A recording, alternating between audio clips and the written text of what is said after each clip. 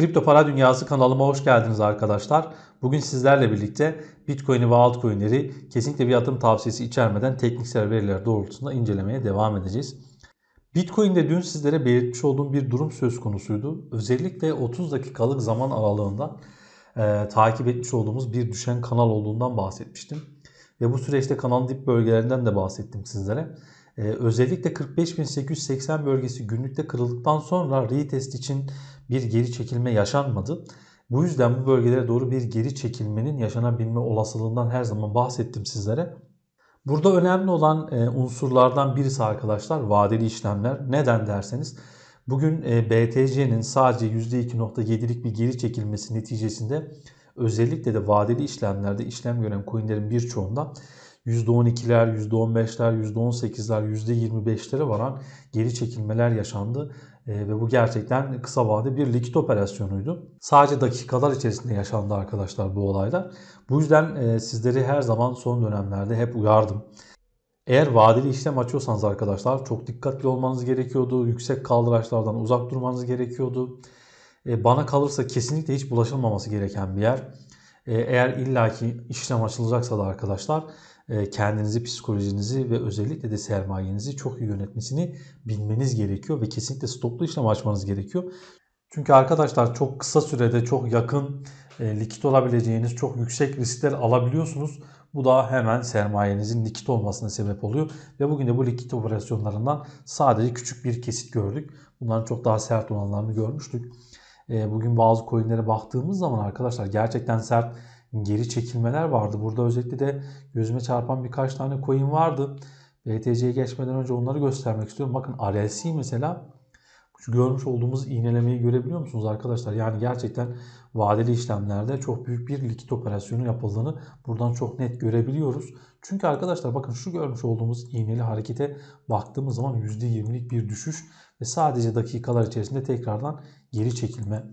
Yani eğer siz spot piyasada olsaydınız stop kullanmadığınızı bile varsayarsak ki asla yapılmaması gereken bir durumdur. Bu hareket bu bölgelere geldikten sonra tekrardan yükselmiştir. Ama siz sadece %10'luk bir düşüşle ya da %5'lik, %8'lik, %15'lik düşüşle bile likit olacaksanız şu anda sermayenizin hepsini kaybettiniz vadeli işlemlerde olan. Yani bu yüzden her zaman sizleri uyarıyorum. Spot piyasa önemlidir. Vadeli işlemler çok tehlikelidir. Eğer gerçekten kendinizi ve yapacağınız işlemleri yönetemiyorsanız uzak durulması gereken bir durum. Tabii ki tercih, sermaye, risk tamamen size ait. Ben sadece burada uyarılarda bulunuyorum. Bitcoin cephesine geldiğimiz zaman arkadaşlar BTC'de belirttiğim kanalın dip bölgesinden tepki geldi. Tepki geldikten sonra belli oranlarda bir yükseliş yaşanmış durumda şu an için. Burada benim için önemli olan unsurlardan birisi. Burada özellikle de 46.000 bölgesi şu anda bir destek konumunda ama önemli olan 45.800 bölgesi. Biz bu bölge altında günlük kapanış görmediğimiz süre içerisinde BTC'de burada gelgitler yaşanacaktır. Altcoin'lerde de gelgitler yaşanacaktır. Ama BTC'nin yapmış olduğu geri çekilmelerde altcoin'lerin yapmış olduğu geri çekilmeler birer fırsat olarak değerlendirilecektir ve şu an için bunları da net bir şekilde görüyoruz.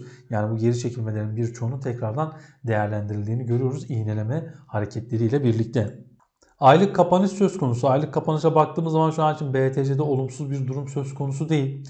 Bunu da hatırlatmak istedim. Genellikle şöyle bir istatistik de var arkadaşlar. Aylık kapanışlara geldiğimiz zaman belli oranlarda geri çekilmeler de yaşanabiliyor. Bu da bir dipnot. Aslında tabii ki her zaman geçerli olan bir durum değil ama çoğu kez en azından benim yaşadığım bir durum. Bunu da burada bir ek bilgi olarak paylaşmak istedim. Burada 30 dakikalıkta kanal hala çalışıyor. Bitcoin bu bölgelerde gelgitler yaşadığı sürece altcoin'ler çok kısa sürede tekrar toparlanacaktır. Dediğim gibi arkadaşlar 45.800 günlükte özellikle de bu bölge geçilmediği sürece büyük tehlike arz etmez. Özellikle de spot piyasalar için arz etmez ama vadeliler için büyük problemler teşkil eder. Çünkü bundan önceki videomda da belirttiğim gibi arkadaşlar şu görmüş olduğumuz alanlardan kanal dibine bir hareket geleceği zaman bu coinlerde ani tepki satışlarını getirecekti. Bugün de bunun örneğini çok net bir şekilde sizlerle birlikte görmüş olduk.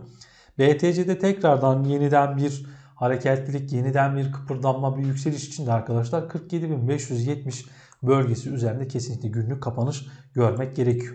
Bitcoin düşen bir kanal içerisinde hareketine devam ediyor. Bu kanal içerisinde şu an için dip bölgesi görmüş olduğunuz gibi 46.200 ve buradan tekrardan tepki alır ve giderse 47.810 bölgesini tekrar deneyebilme ihtimali söz konusu. Tabii ki şu diplerden sonra tepeye gitmedi. Tekrar denedi, gitmedi. Çünkü burada 47.577 direnci yer alıyor. Bu bölge gerçekten önemli bir bölge. Bu yüzden ilk etapta o bölgelerin geçilmesi gerekiyor. Ama benim için tekrar söylüyorum. Gün içerisinde Bitcoin çok volatil hareket etmediği sürece altcoin'lerdeki hareketlilik kaldığı yerden devam eder. Ama BTC şu görmüş olduğumuz alanı kırarsa o zaman altcoin'lerde çok daha fazla dikkatli olmak gerekir. Çünkü satışlar çok daha derinleşebilir. Son dönemlerde zaten birçok altcoin'i sizlerle paylaştım. Şu anda tekrardan bunların hepsini sizlerle paylaşmak istemiyorum. Sadece birkaç tanesine değinmek istiyorum tekrar. Özellikle dün al sinyali geldiğinden bahsettiğim coinlere değinmek istiyorum. Bakın AVAX onlardan biriydi. AVAX'ta geri çekilme yaşasa bile bakın günün yine de en güçlü coinlerinden birisi. Çünkü önemli bir direnç alanını kırdı arkadaşlar. Ve o bölgelerden sonra %10.48'lere varan bir yükseliş gerçekleştirmiş durumda. Burada özellikle de 90 bölgesi altına, daha doğrusu 88 bölgesi altına gitmediği sürece bir problem teşkil etmez. Altcoin'ler de takip edilirken BTC'nin de yakın takip edilmesinin unutulmaması gerekiyor. Sol'u incelemiştim ama tekrar soruluyor. Arkadaşlar Sol'u gerçekten tekrar belirtiyorum. Biz gayet iyi takip ettik. Burada bakın şu görmüş olduğunuz bölgede bir alan boşaltılmış durumda. Bu yüzden eğer Sol takip edecekseniz arkadaşlar bu saatten sonra 118 bölgesi altı kapanışlara dikkat etmeniz gerekiyor. Eğer günlükse 118 bölgesi altında kapanış gerçekleştirmez ise tekrardan yukarı yönlü istek devam edebilir. Bake günün en pozitif coinlerinden birisi. Bake uzun sürede gerçekten çok büyük düşüşler yaşayan coinlerden birisiydi. Şu görmüş olduğumuz bölgelerden sonra. Ve tekrardan son birkaç gündür yapmış olduğu hamlelerle en azından bir miktar yapmış olduğu düşüşleri geri almayı başarabildi. %100'lere varan bir hareketlilik söz konusuydu.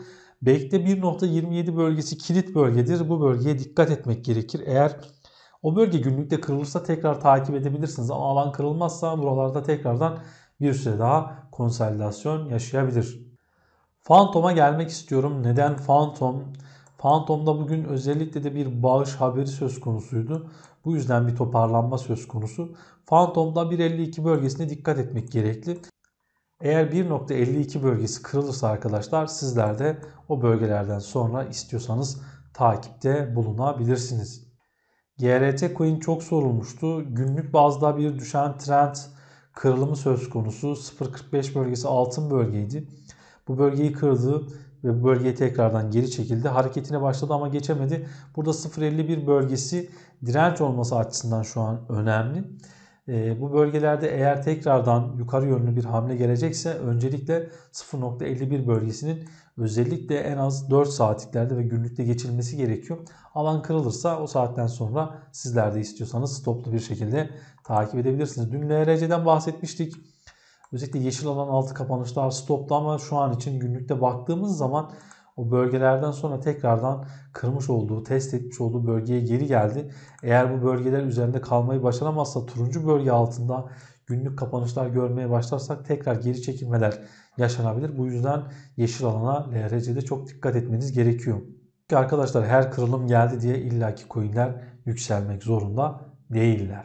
XRP'ye geldiğim zaman şurada görmüş olduğunuz gibi omuz baş omuz yani ters omuz baş omuz formasyonu kırılmıştı.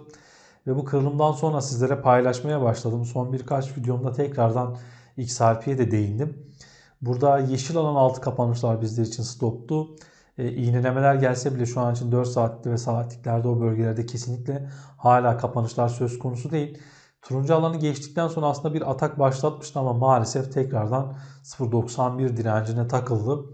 BTC'de özellikle formasyon kırılımı için turuncu bölgenin üzerinde kalması önemli ama kilit bölgenin 0.91 bölgesi olduğunu unutmamamız gerekiyor.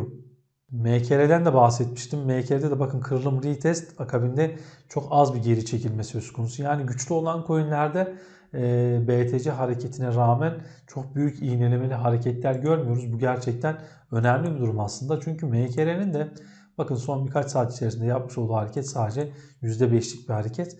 Bu yüzden doğru coinlerin seçilmesi her zaman önemlidir arkadaşlar. Bunlara özen göstermemiz gerekiyor. Jasmy Coin'e tekrar değinmek istiyorum.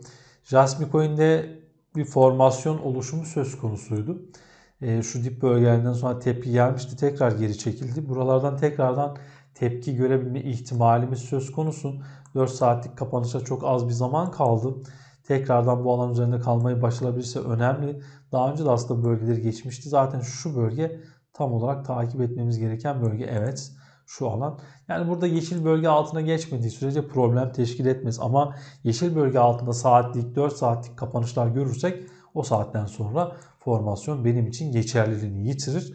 O yüzden bu bölge altındaki kapanışlara dikkat edilmesi gerekiyor. Takibimizde olan coinlerden Unfi aslında günlük bazda güzel bir harekete başlamıştı. Hala güçlü. 6.96 direnci tekrar denendi, geçilemedi. Kırmızı alan üzerinde kaldıkça bu bölgeyi tekrar denemek isteyebilir. TRB hala hiç istifini bozmadan hareketine devam ediyor.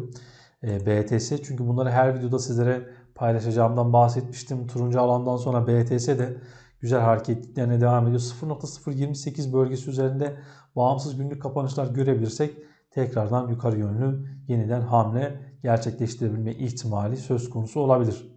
Şu an için tekrar belirtmek gerekirse Bitcoin hareketinin yakın takip edilmesi gerekiyor. Çünkü bakın şu an için çok küçük bir geri çekilme yaşadı tekrardan. Ve bu geri çekilmede altcoin'lerin verdiği tepkileri görüyorsunuz. Anında çok sert tepkiler geliyor. BTC tekrardan kanalın dip bölgesini denemek isteyebilir. Hatta 45.880 bölgesine kadar bir geri çekilme bile yaşanabilir. Önemli olan bu bölgenin üzerinde kalabilmesi. Bölge üzerinde kaldığı sürece tekrardan yukarı yönlü hareket etmek isteyecektir diye düşünüyorum. Ama bölge eğer aşağı yönlü kırılırsa işte o zaman çok dikkatli olmak gerekir. Bugünlük sizlere anlatacaklarım bu kadar arkadaşlar. Hepinizi çok seviyor, saygılar sunuyorum.